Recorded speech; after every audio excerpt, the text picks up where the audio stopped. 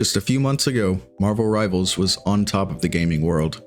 It dropped in December 2024 and was an immediate, explosive hit. It felt like everyone was playing it, frustrated Overwatch vets and newcomers who'd never even touched a hero shooter. By January 2025, it hit a wild peak of over 644,000 concurrent players on Steam alone, leaving games like Destiny 2 in the dust, and for a moment, even challenging the numbers of Apex Legends. It really seemed like NetEase had done the almost impossible and created the next great live service dynasty. But almost as fast as it rose, it came crashing down. The player count didn't just dip, it absolutely plummeted. From the incredible peak, the game lost a huge percentage of its player base in just a few months, and now it struggles to keep its average player count near 100,000 on Steam. This wasn't a slow bleed, it was a sudden, catastrophic collapse. So what on earth happened? This wasn't a death by 1,000 cuts, it was a handful of huge mistakes that sent hundreds of thousands of players sprinting for the exits. Today we're breaking down the developer decisions that kicked off the mass exodus and turned a surefire hit into a cautionary tale. You really can't overstate just how massive Marvel Rivals was during its honeymoon phase. For a few glorious weeks, it was everything players had been begging for. The rest of this story might sound pretty doom and gloom, so I wanted to take a bit of time to highlight what Rivals did great. The game came out of the gate with a slick, vibrant art style that felt like a comic book brought to life, but with a modern, polished edge. It wasn't just another hero shooter, it was a Marvel power fantasy executed brilliantly. The gameplay was built around fast-paced 6v6 combat, but two key features made it feel revolutionary: team-up abilities and destructible environments. The team-ups were the star of the show, allowing players to combine powers in spectacular game-changing ways. You could have Hulk charge Iron Man's armor with gamma radiation for a superpowered ultimate, or have Rocket Raccoon ride on Groot's shoulders, raining down fire with extra damage reduction. These weren't just stat boosts, they were cinematic moments that encouraged clever team composition and filled the fantasy of heroes fighting together. On top of that, the destructible environments powered by Unreal Engine 5 meant the maps were constantly evolving. You could blast through walls to create new sightlines, or collapse a bridge to cut off an enemy flank. This made every match feel dynamic and unpredictable. Marvel Rivals made heroes feel powerful in a way that few games could ever manage. The community was electrified. It felt like the developers had actually listened to the frustrations of modern gamers. They delivered a polished, thrilling alternative in a genre that for many had started to feel stale. The game pulled in over 10 million players within the first 72 hours of its launch, which just shows how huge the initial appeal was. Streamers were pulling in giant audiences, and it seemed like every gamer you knew was logging on just to see what all the hype was about. But the honeymoon ended fast. Just as the community was settling in for the long haul, the first cracks started to show.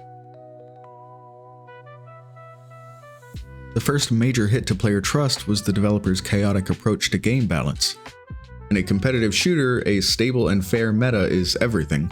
Players sink hours into mastering heroes and learning strategies. But NetEase's balancing philosophy felt less like fine-tuning and more like just randomly turning knobs.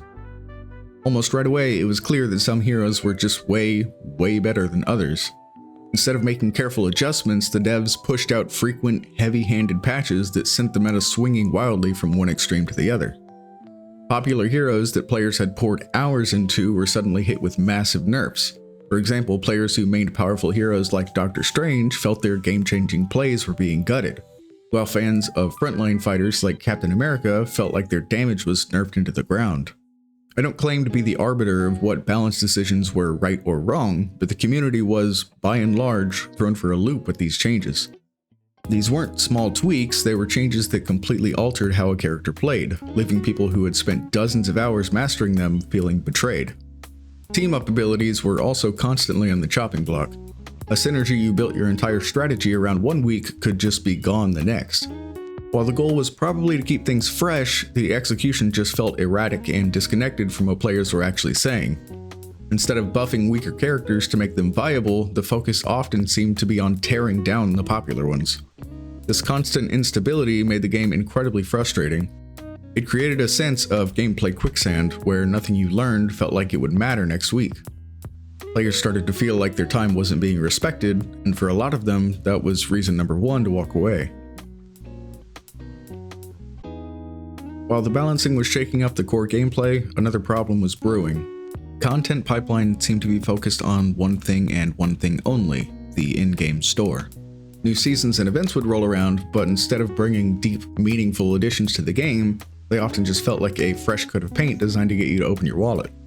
The Hellfire Gala event became a perfect example of this for many players. Instead of bringing an exciting, content-rich celebration, the community largely saw it as an underwhelming grind with pretty lame rewards.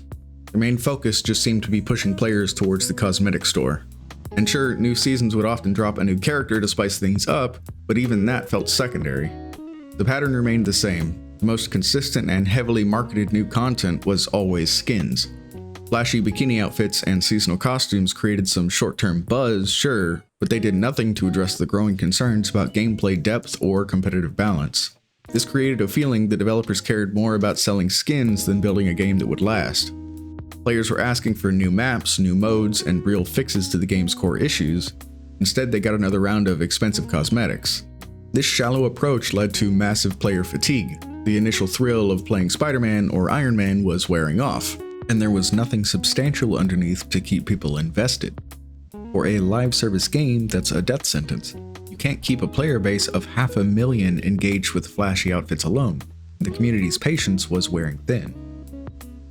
Really fast, if you're enjoying this breakdown of where it all went wrong for Marvel Rivals, I would really appreciate it if you push the subscribe button. I'm new to all of this, and your support really helps keep me motivated. And that brings us to the third and maybe most destructive issue, the matchmaking. Nothing kills a competitive game faster than the feeling that your matches are fundamentally unfair. And in Marvel Rivals, that feeling was everywhere. Right from the jump, players complained about lopsided games. Matches were rarely down to the wire fights, they were almost always one-sided stomps, where you were either destroying the other team or getting completely steamrolled.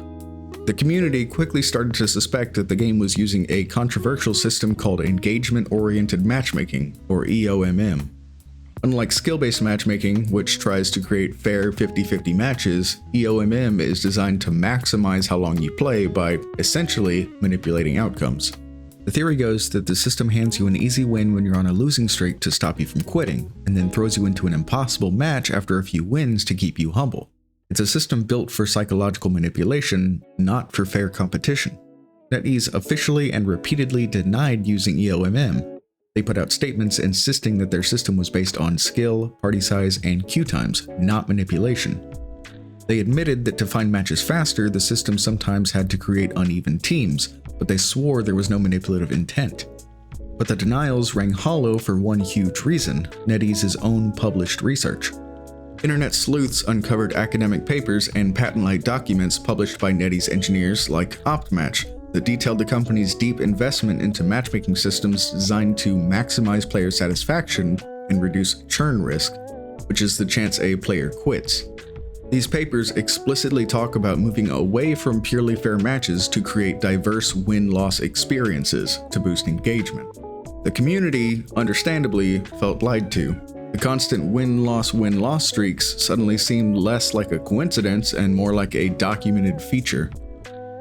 Players felt like their skill didn't even matter, that the game had already decided who was going to win.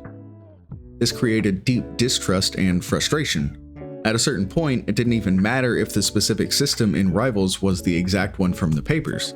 The perception that the game was rigged, backed by the company's own words, was enough to poison the well.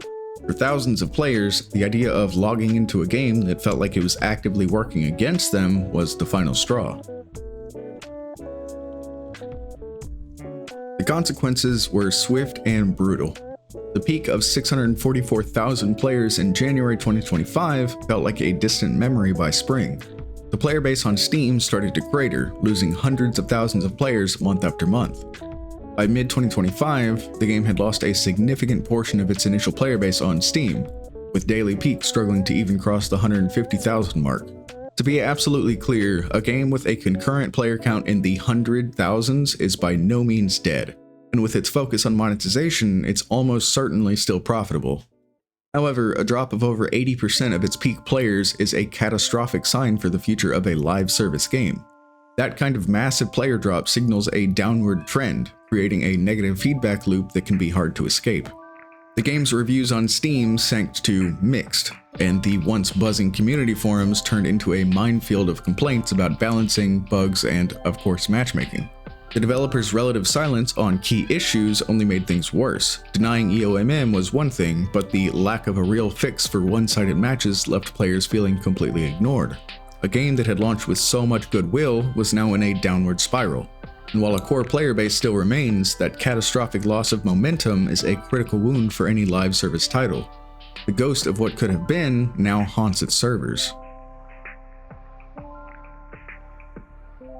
The story of Marvel Rivals is a textbook tragedy in modern gaming. It had the brand, it had the gameplay, and it had the launch hype to become a titan of the genre. But a trifecta of bad decisions sealed its fate. An erratic balancing strategy alienated its most dedicated players. A shallow monetization-driven content plan failed to build any long-term depth, and a matchmaking system that felt rigged, whether it was or not, completely shattered the community's trust. Marvel Rivals isn't a dead game, not yet. It still holds onto a player count on Steam that many developers would kill for. But it stands as a huge cautionary tale. It proves that in the cutthroat world of live service games, a massive launch means nothing if you don't respect your players' time, intelligence, and trust. You can have all the biggest heroes in the universe, but if the foundation of your game is cracked, not even the Avengers can hold it together. What was your personal final nail in the coffin for Marvel Rivals? Let me know your thoughts down in the comments, and thank you for watching.